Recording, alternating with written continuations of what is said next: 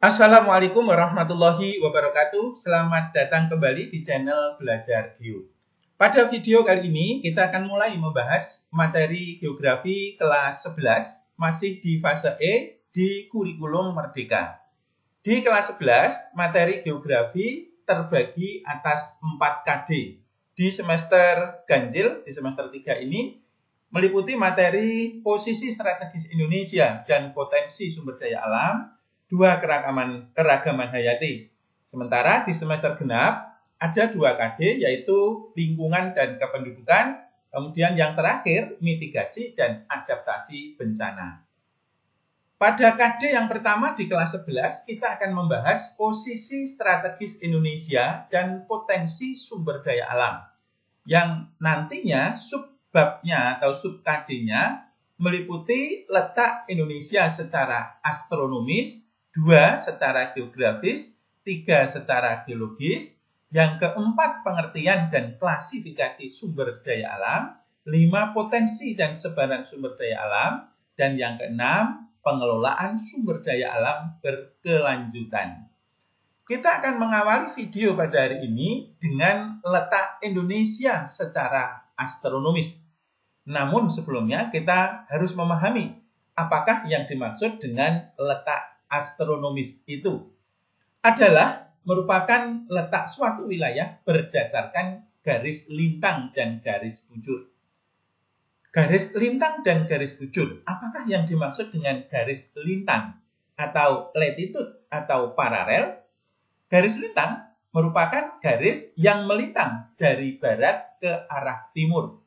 Garis lintang dimulai dari tengah bumi dan ditetapkan sebagai lintang 0 derajat yang kita sebut ekuator atau khatulistiwa.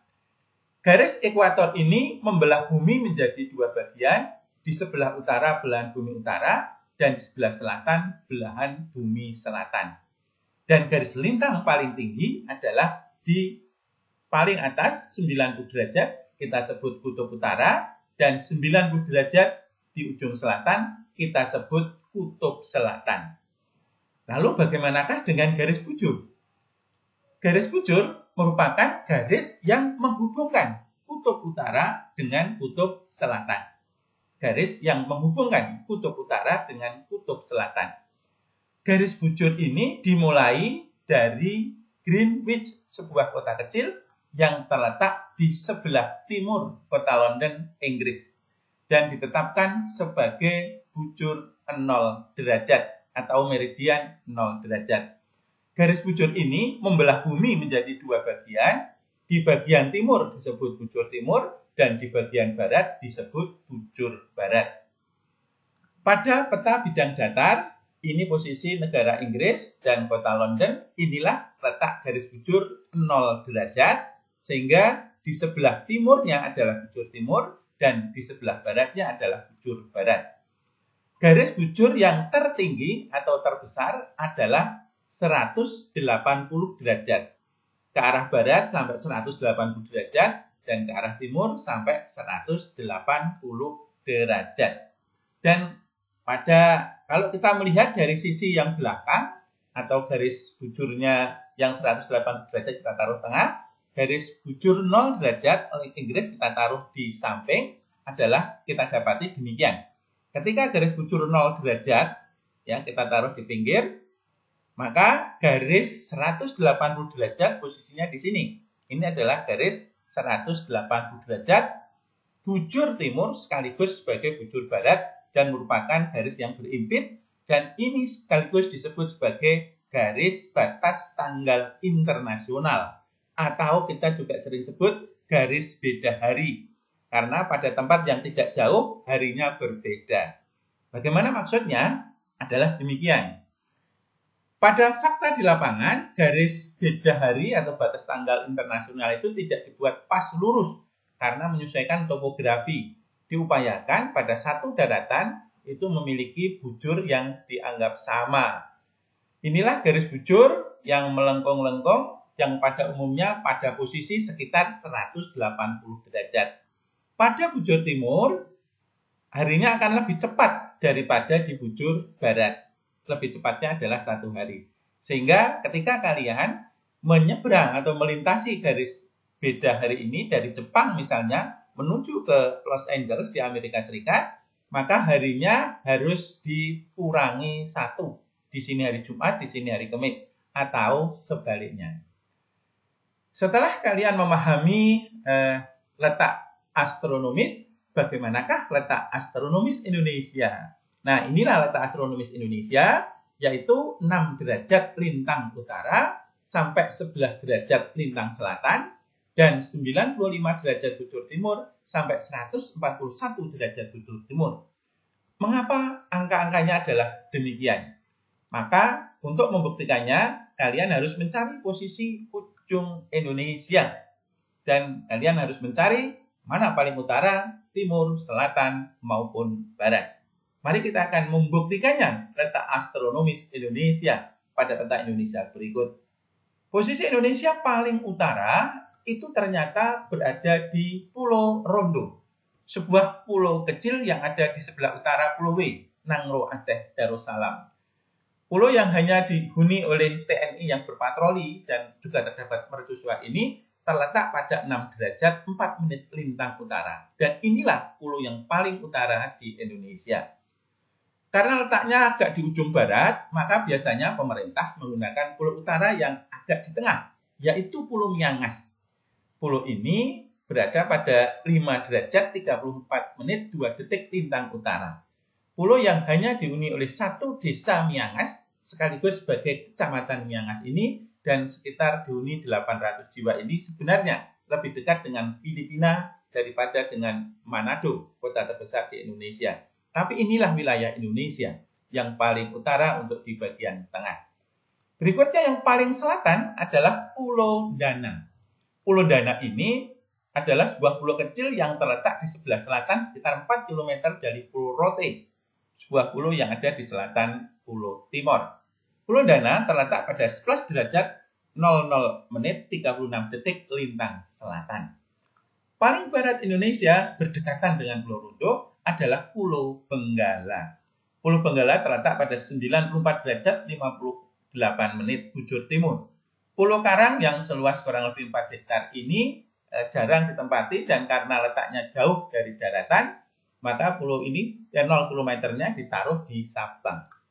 Berikutnya yang di ujung timur Indonesia, karena kita perbatasan darat, adalah Pos Lintas Batas Negara atau PLBN SOTA yang terletak di Papua Selatan. Inilah gambarannya, terletak pada 141 derajat 5 menit bujur timur. Inilah batas paling utara, paling selatan, paling barat, dan paling timur Indonesia. Bagaimanakah pengaruh atau dampak dari letak astronomis Indonesia? Yang pertama adalah Indonesia beriklim tropis. Dan ini pada peta dunia pembagian iklim, di mana iklim matahari membaginya menjadi 4 iklim. Dan ini posisi Indonesia, kalian mesti tahu, yang berwarna abu-abu ini adalah beriklim tropis. Sehingga seluruh Indonesia beriklim tropis yang karakteristiknya adalah sebagai berikut. Penyinaran matahari di Indonesia berlangsung secara intensif sepanjang tahun dan satu hari sekitar 12 jam. Suhu di daerah tropis biasanya tinggi dan juga kelembapan tinggi sehingga menimbulkan curah hujan yang tinggi pula. Berdampak pada hutan hujan tropis dan memiliki hutan yang sangat luas karena didukung dengan luas wilayah. Dampak letak astronomis yang kedua adalah Indonesia dilalui oleh garis khatulistiwa. Pada peta dunia ini wilayah Indonesia, inilah garis khatulistiwa yang melintasi Indonesia. Kita akan berbesar pada peta Indonesia dan garis ini melintasi 7 provinsi di Indonesia.